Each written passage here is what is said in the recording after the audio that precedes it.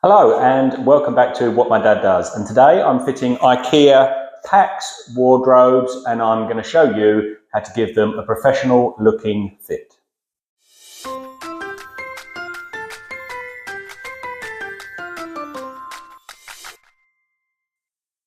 So this video is not really about how you assemble a PAX wardrobe. There are instructions in the box that are quite simple to follow. This is more about, I get a lot of people ask me, I've got two sets of PAX wardrobes, I want to put them together but I'm going to have a gap either end.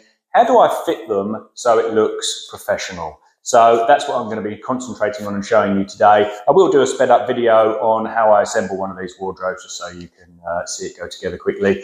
So the first thing I'm going to do, I'm going to get the carcasses made up and then we'll go from there.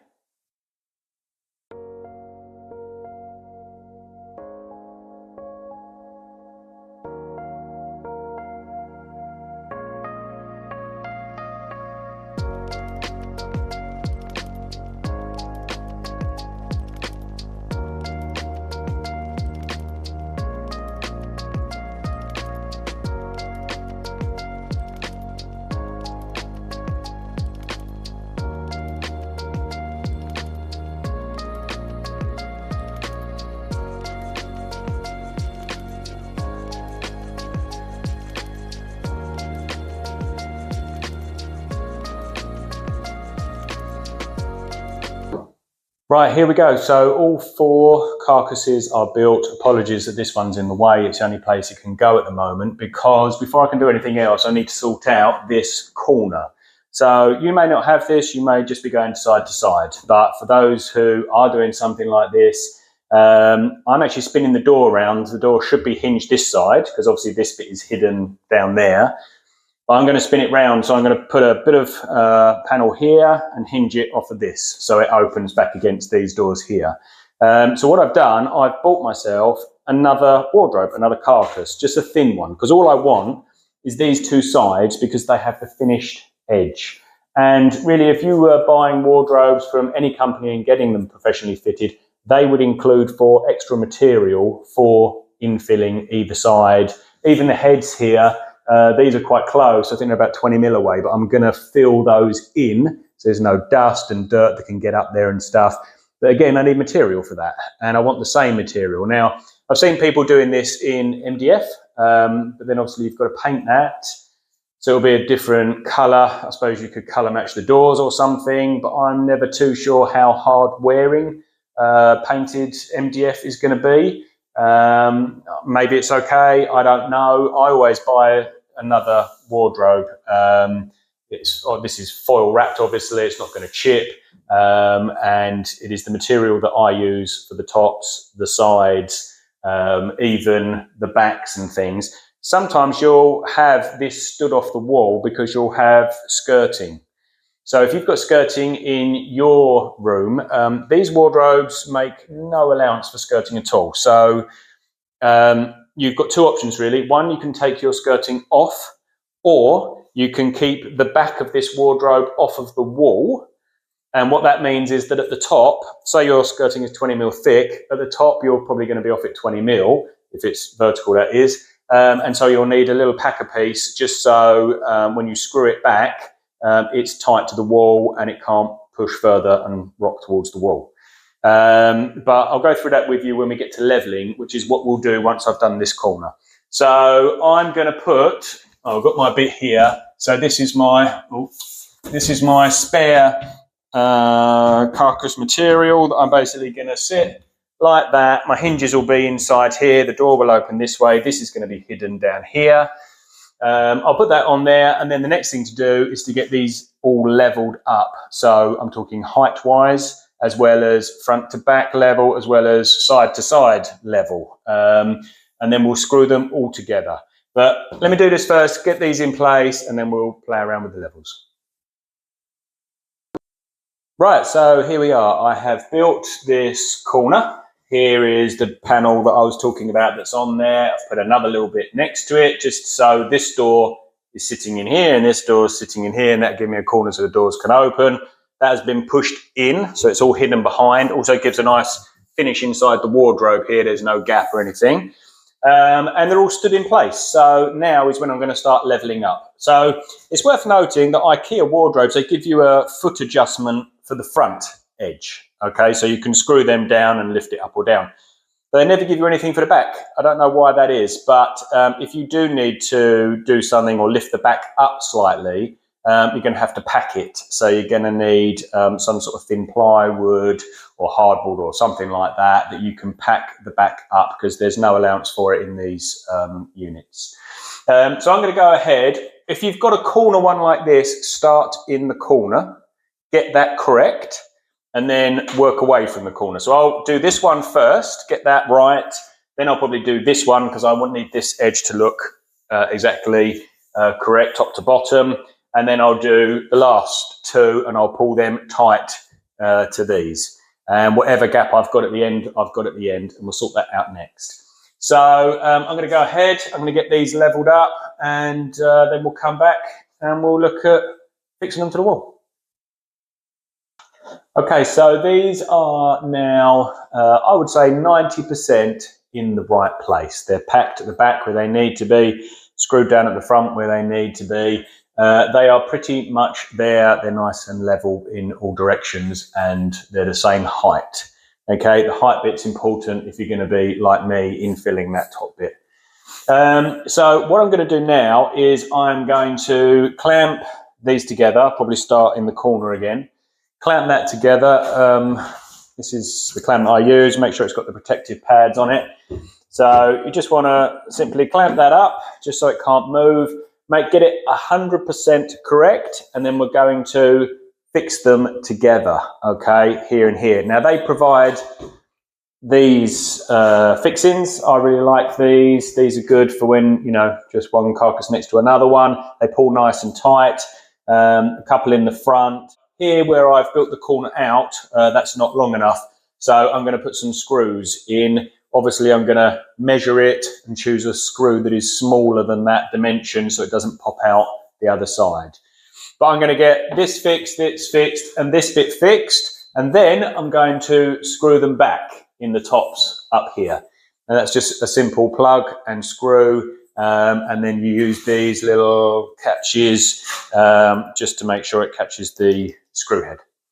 Okay, so I'm going to go ahead, I'm going to fix all of this back, and then we'll look at putting the infill bits in down this side here and the heads. I haven't got one up this side, which is good because I built this stud wall, so it'd look a bit stupid if it wasn't plumb. But if you're looking at a side and there is a gap at the top and not at the bottom, etc., don't worry, we can infill that as well. But this does need to be level. It does need to be vertical, okay? Because you don't want your doors swinging open or not closing properly because it's hanging back or forwards or something like that.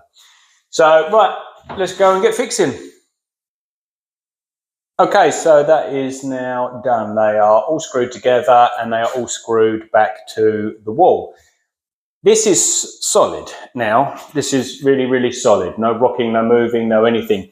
If when you get yours, you can move it or it's tipping or the base is moving when you stand on it and stuff, you need to have a bit of a rethink, tighten some things up, okay? A bit more packing underneath the front or the back, or maybe your fixings into the wall or something like that, because this should now be solid.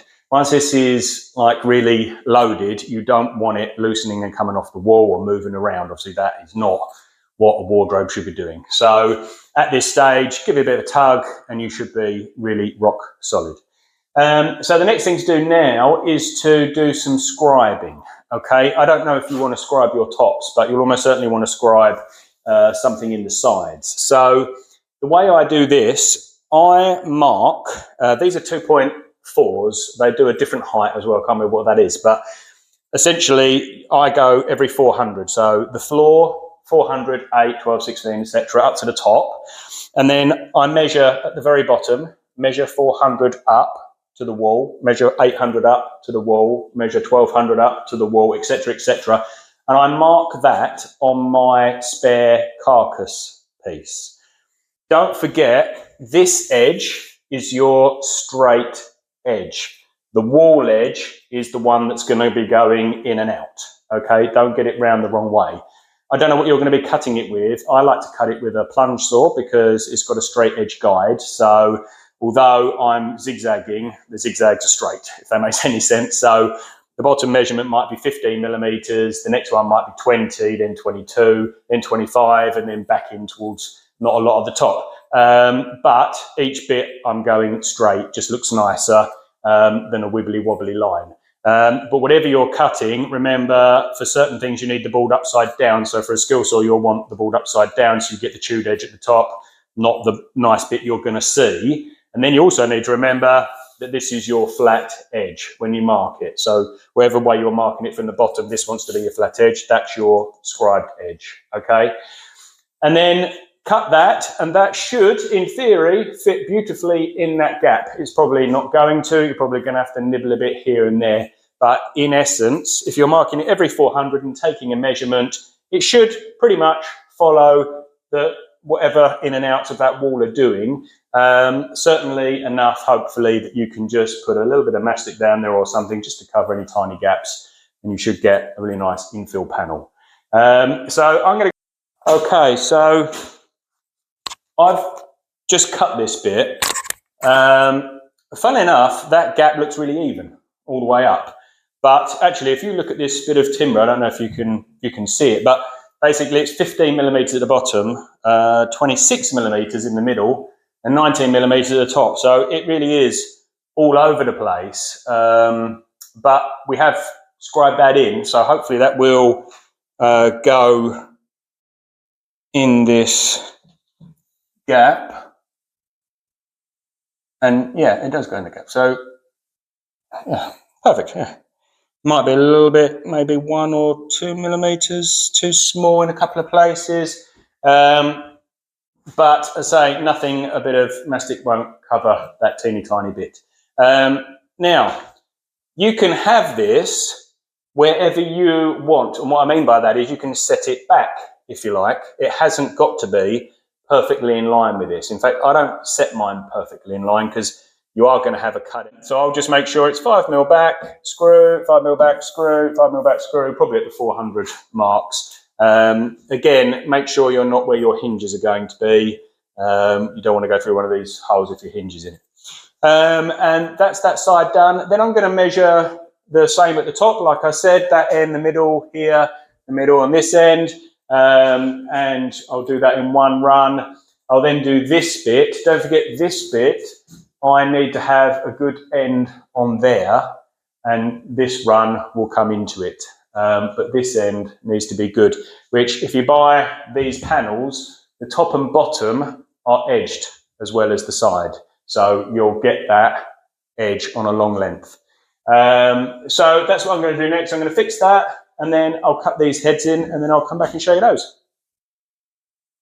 Right, okay, so that's it. So we are scribed. The side bit's done, all the top bits are done. Yeah, they've all gone really well. There might be some tiny, like a millimetre gap here and there, where every 400 it doesn't quite pick up all the anomalies, but so a little bit of painter's mate or mastic, and that will fill that. And so we are now basically fully fitted. So it's now the easy bit, which is the internal bits, and then the doors. So let's crack on and get those done. And so there you go, the interiors are all finished and all in. All that's left is for me to put the doors on. And just like magic, there you go, there they are. I don't know if that's going to work or not, but I thought I'd give it a go. But you can see most of the doors are on. We'll just change their mind about this door, so we're just waiting for this one. Clients just ordered that. And we're waiting for the handles, but basically we are done. This door opens the other way, and I think that works really well, much nicer than a door opening there and you're trying to stand in this little space to get in there. That's much nicer opening that way. And yeah, what I would say about IKEA wardrobes, if you're wondering whether to give it a go or not, they're good quality, fantastic value for money. That PAX planner online I find is really good. Helps you work things out before you go and purchase. And I've got to say as well, the deliveries have always been on time. Everything's always been in that delivery that we've asked for. So yeah, can't complain. A lot of firms, you get missing bits and you have to contact them and they don't send it out and then it's the wrong bit. with Ikea, touch wood, we've not had that. They've been really good. And so that's it, all fitted. Just remember to make sure everything is solid before you start your interiors and bits and pieces, and you've done your infill panels, you've scribed them in, and you should get a nice professional looking finish. So I hope that helps. Thank you for watching, and I will catch you on the next one.